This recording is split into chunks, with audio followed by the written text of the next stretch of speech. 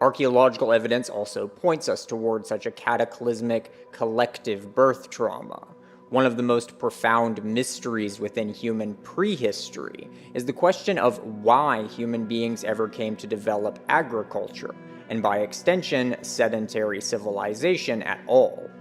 Being able to grow domesticated crops might seem like an obvious advantage to us in the modern world, but we must bear in mind that agriculture must have begun in a time in which there were no domesticated plants. The wild precursors of modern crops such as wheat, barley, and corn were of far less nutritional value than the sustenance which human beings would have attained from a nomadic mode of life. In order for agriculture to ever come to rival the caloric and nutritional value of nomadic hunting, human beings would have needed to commit themselves to agricultural practices for dozens of generations, during which time they would have been much worse off than would have been the case had they simply remained nomadic hunters.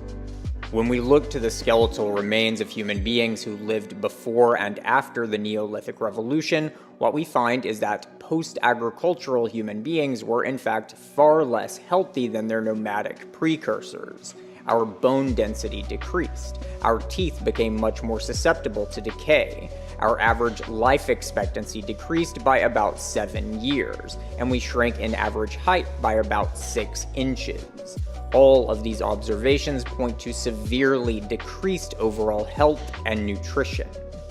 What this all indicates is that the so-called invention of agriculture was not in fact a brilliant and novel ingenuity, which uplifted human beings from a state of primal savagery.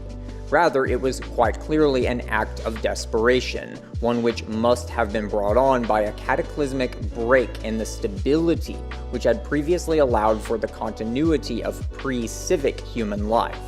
The exact causes and nature of this cataclysm remain mysterious, but we see its echoes within the numerous deluge myths throughout all human culture forms spread across every continent on our planet.